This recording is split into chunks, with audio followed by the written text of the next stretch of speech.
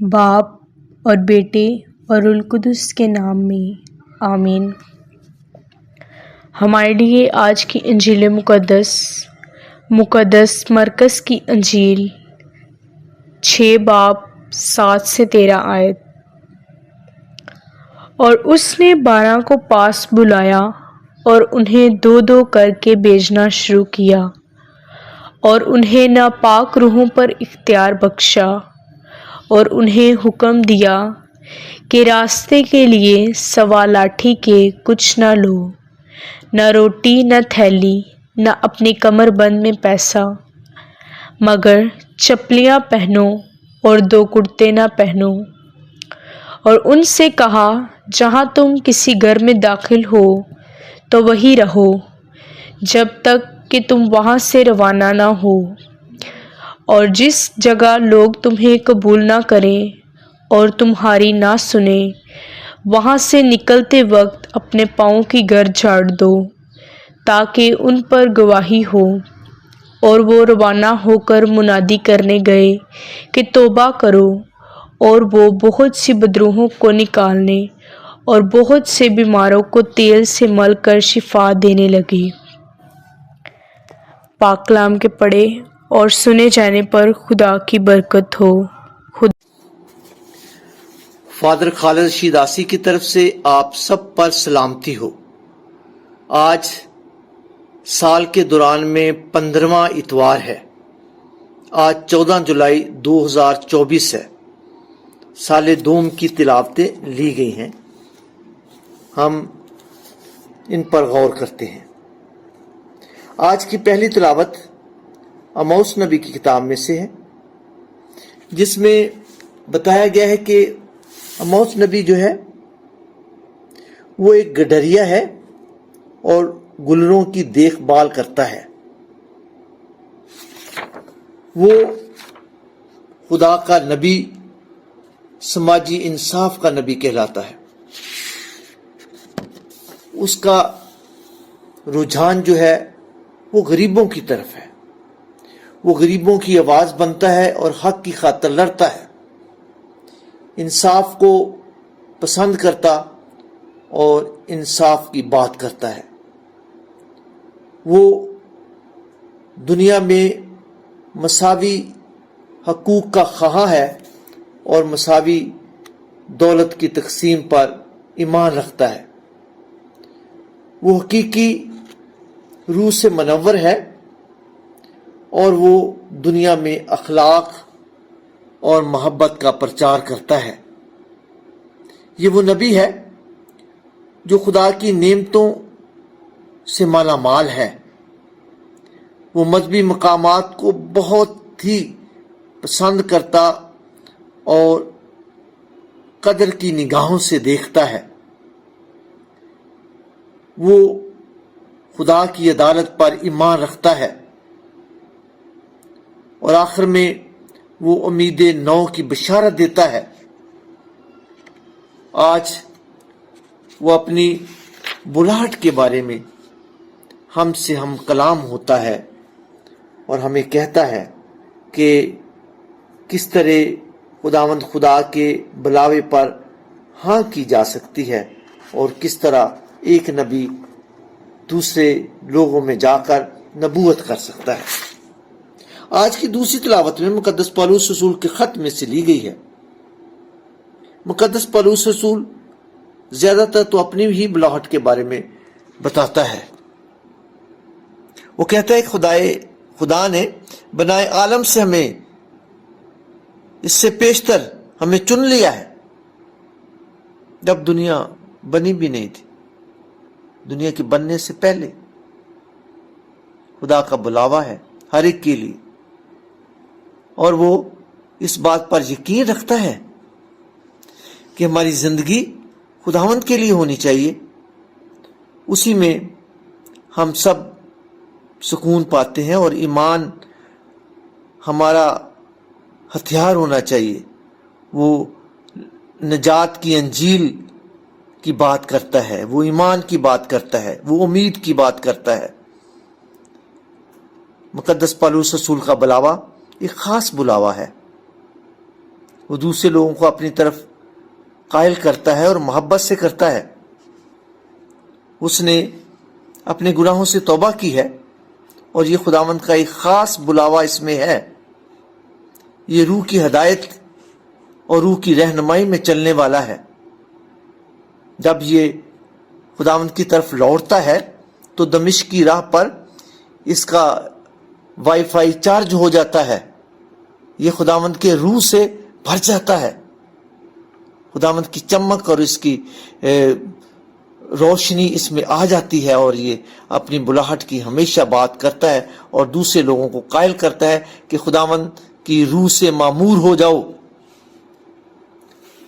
مقدس مرکز کی انجیل میں آج جو ہمارے لیے بیان ہے خاص طور پر، وہ ہمیں بلاتا ہے، بتاتا ہے، ہمیں دعوت دیتا ہے. جس طرح اس نے اپنے 12 رسولوں کو دعوت دی ہے اور وہ انہیں بھیجتا ہے. وہ دو کر کے بھیجتا ہے تاکہ مشترکہ طور پر عبادت ہو سکے، خدا کا کام ہو سکے، خوشخبری کی بشارت مل سکے. اور آج خدا مہربان جو خدا کا روح ہے ان کو سونپا گیا ہے، انہیں اختیار دیا گیا ہے. اور وہ کیا اختیار ہے؟ وہ کہتا ہے کہ جاؤ، جا کے منادی کرو، توبہ کی منادی کرو اور بدروہوں کو نکالو، بیماروں کو شفا دو. آج بیماروں کے پاک سکرامنٹ اور بحالی کے سکرامنٹ کی بات ہوئی ہے. آج تیل مل کر شفا دینے کی بات کی گئی ہے. آج خداوند نے انہیں پاک سکرامنٹ سے جو بیماروں کے لیے ہے، بیماروں کی جو ہم جسے ہم بحالی کا سکرامنٹ بھی کہتے ہیں، آخری مالش بھی کہتے ہیں، اس کا آج تقرر ہوتا ہے اور خداوند انہیں بھیجتا ہے. اور خداوند انہیں ہدایات کیا کرتا ہے، انہیں حکم کیا دیتا ہے؟ انہیں حکم دیتا ہے کہ سوائے لاٹھی کے کچھ نہ لو، نہ تھیلی، نہ روٹی، نہ اپنی کمر بند میں کوئی پیسہ، کچھ نہیں. تھیلی میں پیسہ بھی نہیں لینا، کچھ نہیں لینا ہے، مگر چپلیاں پہنو. چپلیاں پہننے سے مراد ہے کہ اپنی راہ کو ہموار رکھو. چپلیاں راستے کی علامت ہے اور منزل کی طرف نشاندہی کی گئی ہے کہ اپنی راہ پہ چلتے رہو. 2 کرتے نہیں لینے، 1 کرتا لو، جو پہنا ہے وہی کافی ہے. 2 کرتے نہیں لینے. اور جہاں کسی گھر میں جانا ہے، داخل ہونا ہے، وہی رہنا ہے. اور اگر لوگ تمہیں قبول نہیں کرتے تو وہاں سے نکل جاؤ، اپنے پاؤں کی گرد جھاڑ دو تاکہ ان پر گواہی رہو، ان کو احساس ہو کہ آپ نے خدا کے بھیجے ہوئے لوگوں کو قبول نہیں کیا، انہیں ان کی آواز کو سنا نہیں ہے.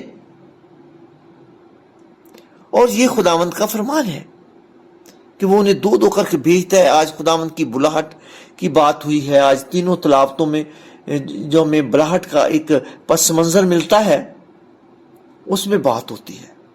ہم سب بلائے گئے ہیں، بپتسمہ یافتہ لوگ سب بلائے ہوئے ہیں. سب نبی ہونے کے لیے بلائے گئے ہیں، کاہن ہونے کے لیے بلائے گئے ہیں، بادشاہ ہونے کے لیے بلائے گئے ہیں، برگزیدہ قوم کے فرد ہونے کے لیے بلائے گئے ہیں. اور ہمیں گواہی دینی ہے، ہمیں خداوند کے پیغام کو آگے بڑھانا ہے. یہ پاک سکرامنٹ سبوں کے لیے،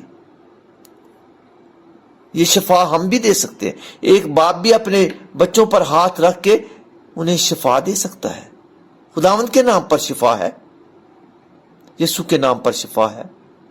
اور پاک سکرامنٹ جو ہمیں دیے گئے ہیں، ہر ایک کو علیحدہ طور پر، ایک شادی شدہ کے لیے علیحدہ ہے، ایک کاہن کے لیے علیحدہ ہے، ٹھیک ہے. اور جو خدا کے لوگ ان پاک سکرامنٹوں کو قبول کرتے ہیں، ان میں قائم رہتے ہیں، اپنی بلاہٹ میں قائم رہتے ہیں، تو ان سب پر فرض ہے کہ خداوند کی گواہی دیں، خداوند کے نام کو جلال دیں. آج اس دور میں ہمیں پہچان کرنی ہے کہ ہم اچھے چرواہے ہیں یا ہمارا رجحان کس طرف ہے۔ خداوند کہتا ہے جا اور میری امت کے لیے نبوت کر۔ اس نبوت وہاں ہوتی ہے جہاں حالات خراب ہیں۔